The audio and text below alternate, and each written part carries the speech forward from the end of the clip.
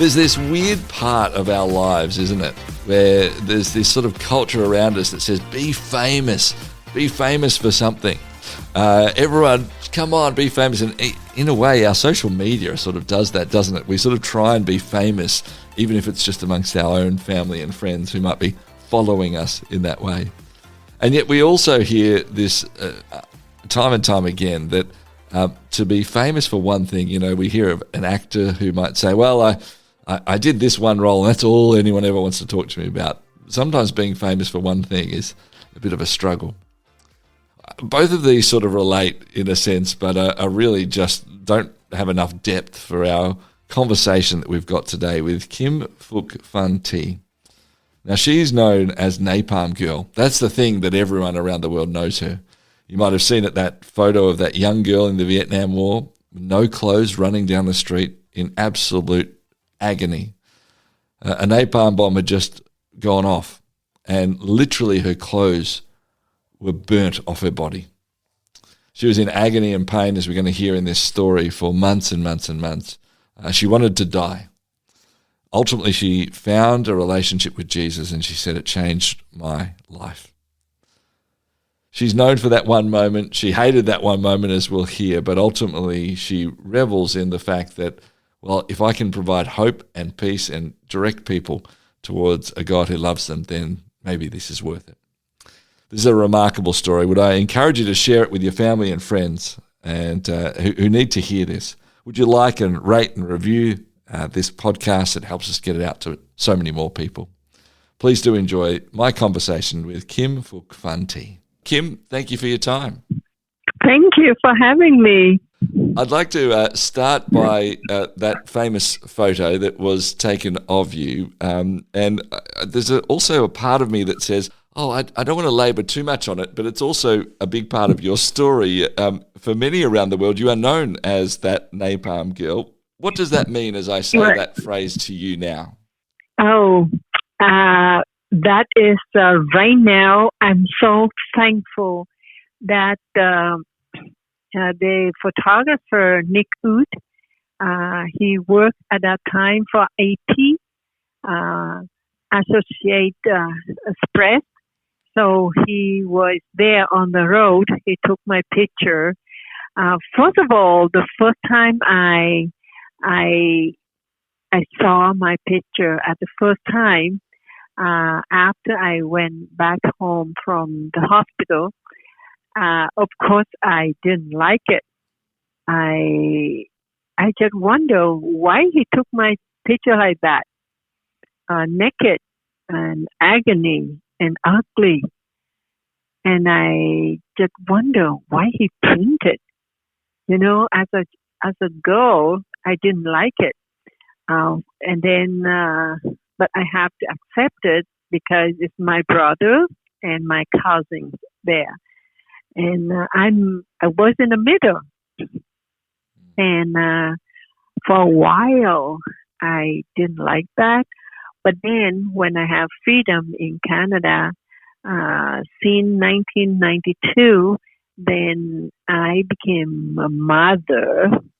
Then I hold my first child, Thomas, and I look at that picture and I hold my son. The more I look at that picture, the more moved me to the point that I wanted to do something different to make this world much better for my child, for all the children around the world, that they should not suffer like that little girl. Yeah. And then I really wanted to dedicate my life to work for peace with that picture. Yeah. And, the moment I thought about that, and then I thought about that, and then I have to change my perspective.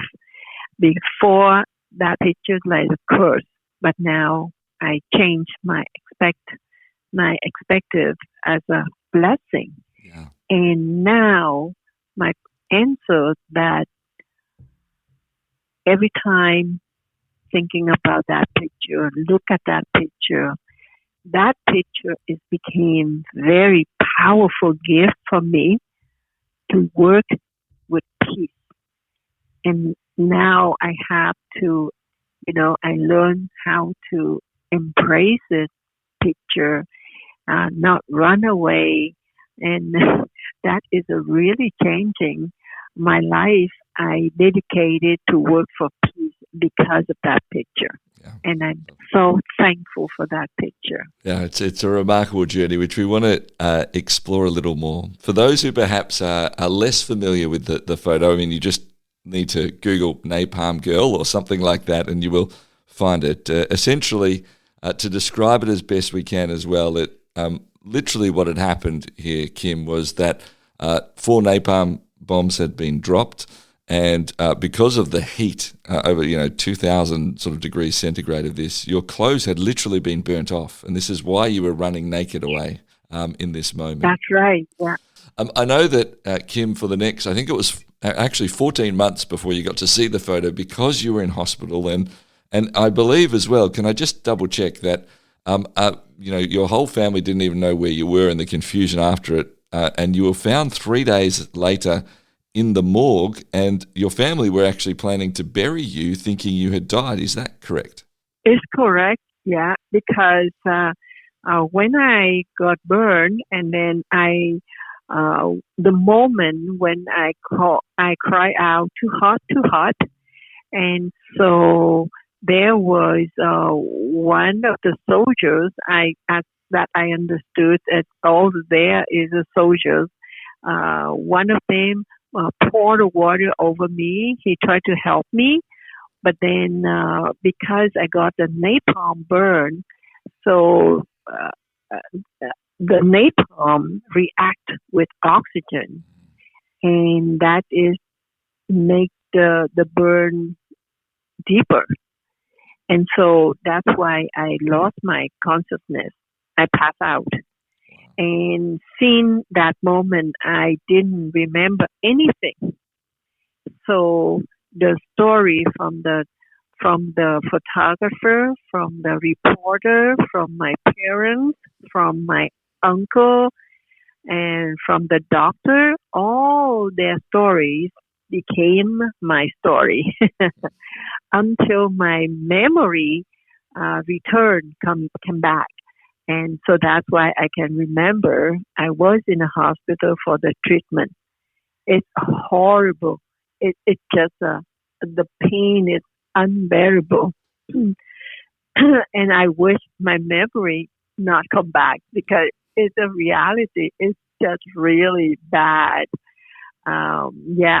And so I learned it's correct from my mom's story.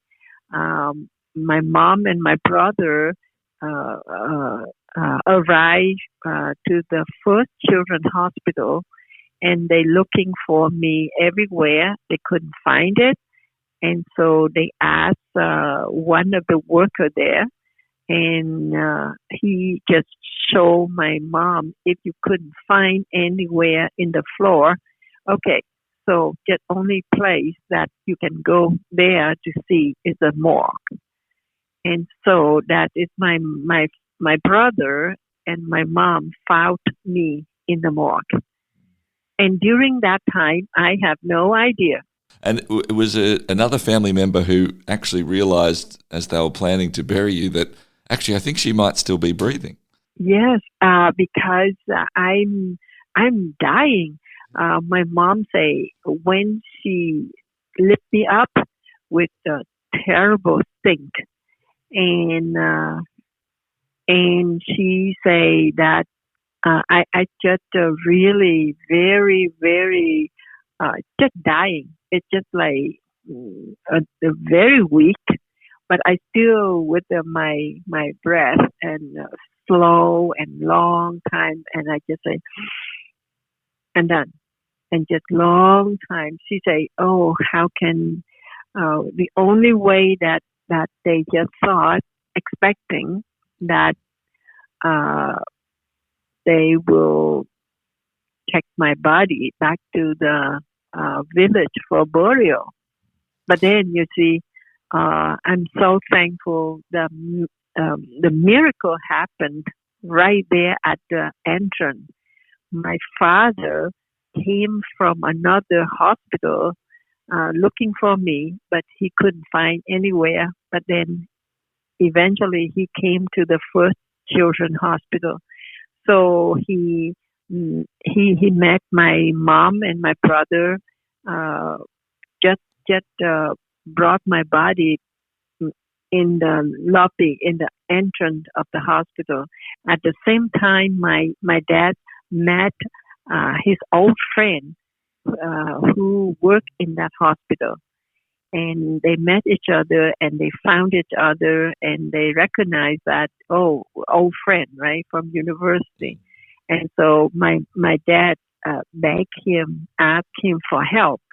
And eventually he phoned and to get the ambulance, take me to another hospital, especially for burning. I know that there was a long journey. There was a lot of pain during those 14 months of recovery. I know you've described it elsewhere as, you would be, whether put in a bath and they're cutting the skin off or whatever, you literally pass out from the pain. But eventually you did leave the hospital and you were able to head back. Could you talk to us a little bit about, I'm sure there was lots of questions around suffering, and I believe you were raised in the Kaudai religion, which had, people were talking to you about the fact that, well, you must have done something wrong in a past life, and is this why you're suffering? Could you talk to us a bit about, to go through the physical horrors of that and then suddenly now be told, well, you've done something wrong and this is what your suffering was like? Could you take us through, I suppose, the mental and the emotional part of coming back to the village too? Yes. Wow, that is a tough journey. Very difficult. Number one, I just let you know that I was raised and growing in the Kaudai faith. It is. I was the fourth generation in that religion, Kaudai, and so I learning a lot. I know that when I suffering and people just say that, oh, because you do something the life before, you so mean, you were so mean, and now you have to suffer, and then that is you have to pay. It mean like that, and I say, whatever in the past I cannot change, but then from now on, in the future, I have to do the good. I tried my best. I was so high devoted in my Kaudai religion at that time. And so that is how I growing up, even a child, I never think about bad words to speak it out from my mouth. No, I just do my best because I suffered so much this life. It means like I cannot change that, but I can change something in the future. Yeah. So that's why I do my best. And I just practice a lot from my religion, Kaudai. I went to the temple. I worship at least like 4 times a day, 6 o'clock, 12 o'clock, and then 6 o'clock p.m. and then 12 a.m. It just, I try my best like that. But the thing that is, of course, after the war, we lost everything. We didn't have any normal house, no more animals around, no more trees, no more fruit trees, and almost everything. And for me, I suffered so much about the burn, the scars, and dealing with trauma, with nightmare. Even my family suffer a lot. People asking me, how can you survive? And I say, I have the same question. How could I survive? It's just something. Uh, and now I understand that uh, by by the grace of God, we survive. And then in the moment when I stay in the hospital for 14 months, included rehabilitation, included all the time for operation. That is so long, and all the medicine doctor and nurses, they will inspire me, and I had a dream. I wanted to become a doctor. Then uh, because I just say when I growing up, I want to be like you because you helped me during the difficult time, the pain, the loss, everything. They were there to help me, and I want to be as a doctor like you. I want to help people. Uh-huh. And that is I make my dream big, despite of with all the loss, of all the pain, of all the difficult to deal with post war. Wow, not easy. In 1982, I I got into medicine school in Saigon, and I was so happy, super happy. But unfortunately, my happiness didn't last long because the government rediscovered me, and eventually they cut short my study. I couldn't go to school anymore because they say that I am the very important now. So you have to go back to the my own province to work with the government in Tainan. I say no. I just disagree. I didn't want to work with them because I was a student. I need to continue to fulfill my dream. But of course, they didn't want to do that. They didn't let me go. So eventually, just take a long time, just doing filming and interviewing with foreign press. So I couldn't go to school at all. And during that time is a really low point in my life. Even I tried my best from my religion. Uh, I do my best. I worship too many gods. Uh, Whatever they put the name on the list, I worship too. But at the end of the day, my heart is so empty and so struggle. I just because I couldn't go to school, I was under control, and so my heart full of anger, bitterness, and hatred. I just really I couldn't change that. Even I try my best to do a good person, but who know my heart? My heart is full of bitterness and angry and hatred there. Just only me, I know. I hated everyone who controlled me. I hated everyone who caused my suffering. And even I really envy with my friends who wear a short sleeve blouses because I couldn't wear that. And when I look at them, they look so beautiful, but I couldn't. I couldn't wear. I always wear a long sleeve blouses to cover my scars, and that's why. even I hated my life. I said, why me? I always asked, why me? And I was so struggle, and all the thing in my mind is just negative. I have no hope. I have no future. I have no nothing, and no friends. Yeah. Even I couldn't go to uh, anywhere to make friends because uh,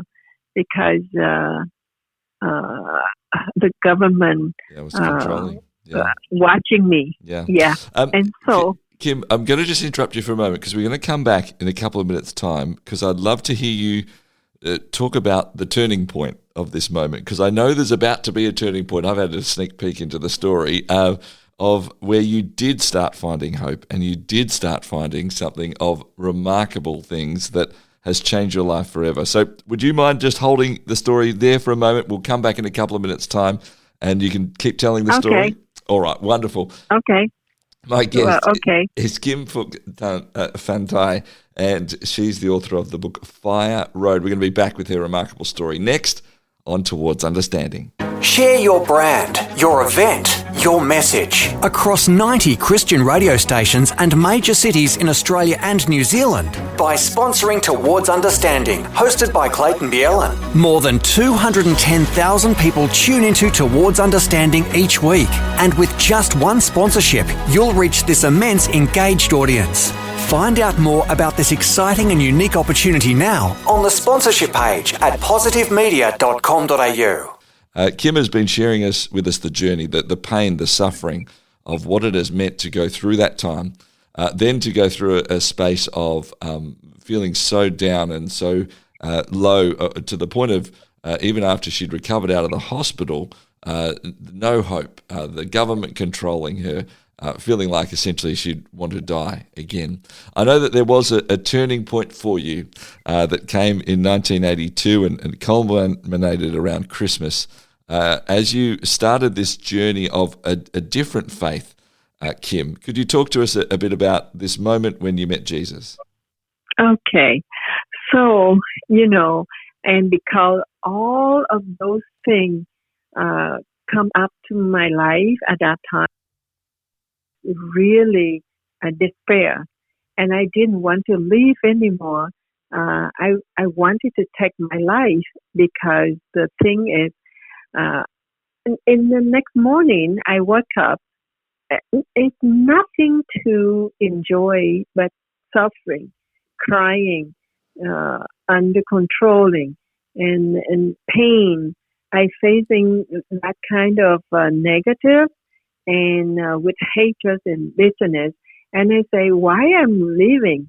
And so, despite with all the difficult time in that moment, in that season, I wanted to die. I want to take it my life because I thought after I die, no more suffering. And then, but the fact, it's not easy to die, and it's more difficult to carry on the heavy load in my life. I really want to have one friend that I can share with, that I can talk to, my burden. And so, one thing that I have in me, and I'm so thankful that God gave it to me that point, that I really want to looking for the purpose of my life, the truth, and all the questions that I have. Why me? Why I didn't die when the 4 bombs dropped over me? And why I have to suffer again and again? For what? I just looking, seeking with all my heart. And because I couldn't go to school anymore, and I just spent my days in the library in Saigon. And so I just searching and read so many books in the library. And among one of the books and I found it's a New Testament. And when I just opened it, I read it. Of course, I didn't understand. And the more I read, the more question I have. I just, seeking with all my heart. But then when I remember when I read into John 14:6, when Jesus say, "I am the way, the truth, the life. No man can come to the Father but by me." And I say, what? Why Jesus say that? In my religion, Kaudai, there are so many gods. And why Jesus say, "I am the one," always the way. It's only one Jesus. And I was really confused which way is true. And then that's why I say the more I read, the more question I had. And then during that time, I lived with my sister family, and my brother-in-law. He has a cousin, and that cousin, he is a Christian. And my nephew and my niece, they knew that I'm looking for. I just have so many questions that I talk with them, and they say to me, "Auntie Kim, my uncle is a Christian, so you have a time to ask him whatever you want." And so I started to ask him many questions that I had, and then he explained to me a lot. But one thing I remember, he said, "God is love." And I wonder, wait a minute, you mentioned that God is love. Why he allow me to suffer like that? I'm a little girl. I didn't do anything wrong. Why I have to suffer that much? And even now, I'm suffering. And not enough with physically, and now emotionally, spiritually. I doubt about God. Where are you? And do you exist somewhere? God, please help me. But no one answered me. That I finally I remember he invited me to go to church to learn more about the Bible, about Christianity, about Jesus. He invited me, and I'm so glad that I went. And when I just try to learn more out of my faith, just cow died that I was raising. And then I went to church nearby.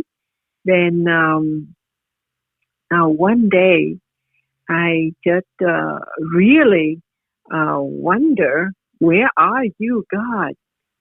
And I just ask, if you exist, please help me answer my prayer.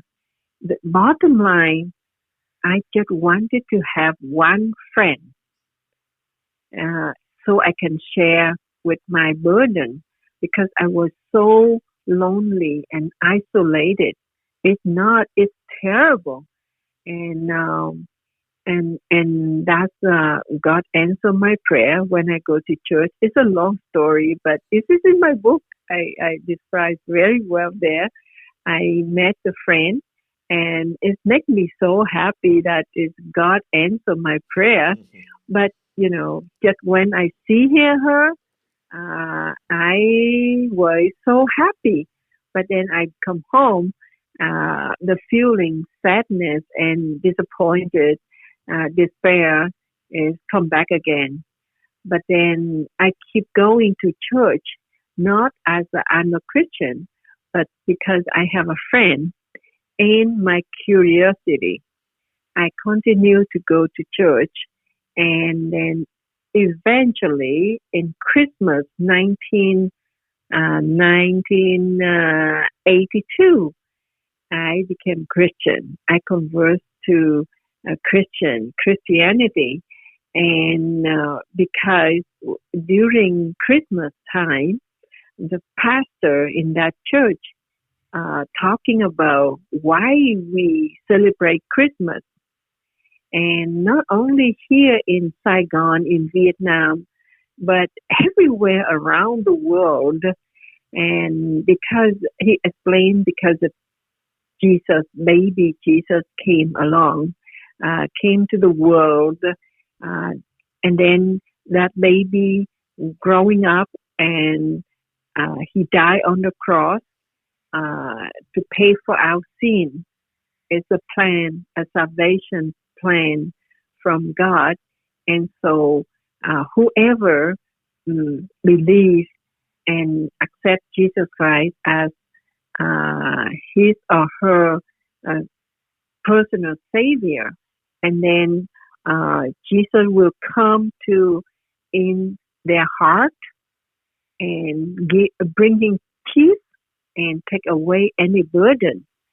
And you know, I thought that moment that pastor, he spoke to me, because I'm the one who really needed peace and who really needed someone come into my life and take away any burden. That is no longer for me. I just really needed help, and really touched me, and I stood up from my pew, and then I just went to the altar, and I opened my heart, and I just accept Jesus Christ as my personal Savior. Yeah, Kim, I was just going to say, it does seem like it's been, you've now been walking with Jesus for 40 plus years. I know that your family has become Christians because of and seeing your change. Your heart has changed from one of living in that suffering and that purposelessness to a purpose as well. And I just feel like that, and maybe I'm wrong here, but we think of even the photo of you as a young girl, what you've now gone through and what you've experienced in Jesus, that actually both the photo and your life now have been about helping people have their minds changed and leading to something better. Hopefully your photo, even though it was terrible for you, was, for so many, that was the horrors of that war and why it should be stopped. And yet for you, now you're also changing people's minds and hearts, and you're setting up your foundation and reaching into people's lives as well. Do you look at your life as that sort of moment that God has been using you in that way? Yes, and I'm so thankful. That's why I say, to God be the glory. I found the purpose of my life. I found the reason why I have to suffer that much. And whatever I went through in the past as a childhood, and growing up as a teenager, and even now, I still have the pain, not free yet. But after 13 laser treatment, my pain reduced about halfway, and but my heart is healed. My heart, I was able to learn to forgive, to love my enemies, and I have hope. I have a different point of view looking at my picture and looking at life. Right now, I'm so thankful. I look at the world as an opportunity, not as a burden. And I just reach out to all the people, especially for children, because I understand what they need and how much they suffer, go through the tragedy of their life, even war or family violence or whatever happened. I know what they need, because they need peace, they need joy. And that is like that little girl, Kim, Napalm girl, she needs it. And now I have that. Right now my life totally different. I can live like heaven on earth for me. And now I experience this about my friends say God is love, and because you know, people normally when they have something suffering or pain, they complain about God. Why God allow that? It's just exactly like me. But no, you not thinking about the people who make it, cause your suffering, and you complain about God. You know, God gave you a free will and to choose Him or stay away from Him. I am so thankful that I changed my perspective and make a decision. And right now, I really have a great empathy with the people, men and women, and especially for children. They live through the suffering, nightmare and trauma. Exactly, I have been there, and now that's why I dedicated as I am advocated for peace. I want to help them with all my heart. Right now, I just focus on, helping children that they don't have any hope, and I give them hope. And even very simple, like my picture, they can see the past, what happened to that little girl, but also they see my life right now, how about my life, even my loved one, all my family, parents, my siblings, my nephews, my nieces. Most of them they became Christian and they serving the Lord. And I believe that all of that hope, love, forgiveness, joy is always more powerful than any kind of weapons. And for me, I really want to challenge everyone that, if everyone can learn to live with love, with hope, and forgiveness. So if everyone can learn to live like that, we don't need war. Yeah. Absolutely. Yeah. And challenges to them is, if that little girl can do it, so everyone can do it too. Absolutely. And that is my message. Yes. I love that. It's so simple. Just be a blessing. I love that. You are doing that through the foundation, the Kim Foundation. You're doing that in the work. You're doing it in your autobiography as well, Fire Road, which I love the top of it is a memoir of hope is actually part of that. Can we ask one final question? We've taken up so much of your time, but one final question, and it sort of leads a little bit into that moment where you talked about forgiveness. And that is, I know that you've got I don't know if a dream is the right word, but I know that you would love to actually talk to the person who dropped that bomb and caused all of that suffering to you. You have a message for them. Could you talk to us about what your message for them would be? Right. When I started to work on my forgiveness, I have to tell you the beginning, wow, I just always struggle with that. Sometimes I say, God, you are God. You have the power to do everything. But for me, I'm a human being. If you cut me, the bleeding, and so it's impossible for me to do that. Love my enemies and forgive them. No way, Jose. I couldn't do that. And so, but like I mentioned that, trust and obey.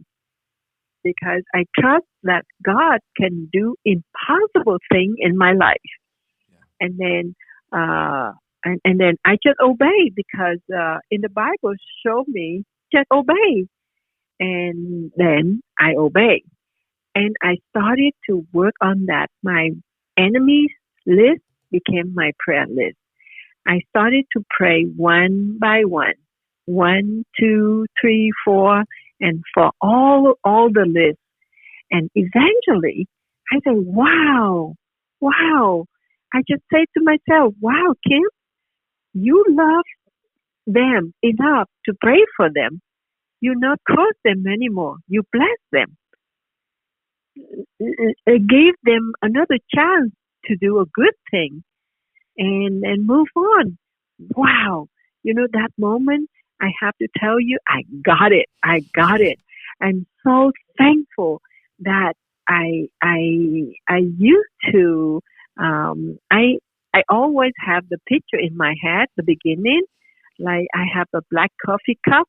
I have to pour out all of that, a negative thought and everything. I have to empty my cup, and then by prayer and pray and read the Word of God and living, practicing all of my faith, and God will help me. And then He refilled my cup by His grace and His mercy. He revealed all the good things to me, light, love, hope, everything. So, I pray for the one who dropped the bomb. Even the pilot, I don't know his name, but I pray for the pilot who dropped the bomb. And deep down of my heart, I want to see him in person, just him and me. I really want to give him a big hug, and I will let him know that, yes, that little girl now is me. I want to forgive. I want to let you know, to hear my voice from my heart. I pray for you every single day. I just want to let you know that it's okay now. I don't have any angry hatred in that man. I want to give him a hug. No media, nothing, just me. And I pray if he dies, I will let his family know about my heart and make a good relationship. That is I want. But if he's still alive, I want him to know from me, from my end. I want that. And then, of course, another, the gentleman, John Plummer, coordinating the air strait, and I met the commander, Vietnamese commander. I, face to face, I say, I forgive them, and all the name who controlling me, I don't know their name, but I just pray that who controlling me, and I'm so thankful that God gave me that, not feeling, but I'm living with that.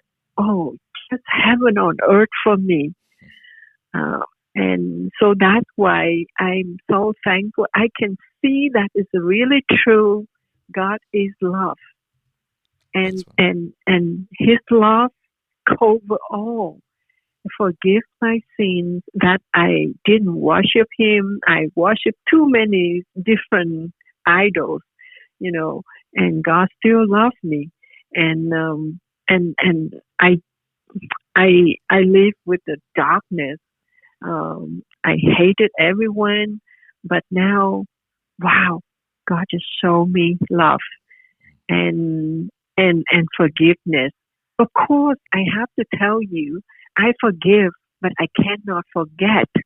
How can I forget? Because all my body, I have a scar, and the scar just remind me where I come from, who I come from, and the pain constantly remind me.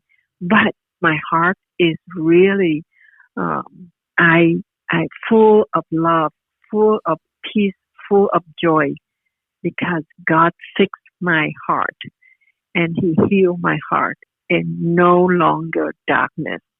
It's just beautiful. Oh, It's yeah. alive. It so is. Kim, You are truly remarkable in your connection to Jesus and your ability to share that. We have this program called Towards Understanding. The idea is that we head towards a better understanding of our world. And I think for whatever someone might be going through, a tragedy, a difficulty, a suffering, an ongoing long-term suffering that you've had to as well, I think you've given them great hope, great highlight that in Jesus you can walk in that way. Thank you so much for your time. We wish you all the best and God's blessing on the Kim Foundation, on your book, The Fire Road as well. Thank you for your time. Thank you. And I have to tell you, last words that I would like you to, people can hear from me, from my heart. It's not about religion. It's about relationship between me and God and Jesus. That is a relationship. It changed my life and helped me to move on. And that is about the difference that I live is I have intimacy relationship with God, with Jesus. That it changed my life. Love it. Kim Phuc, Phan T, Napalm Girl, as we've been saying, as she's been known for so many years. My special guest here on Towards Understanding.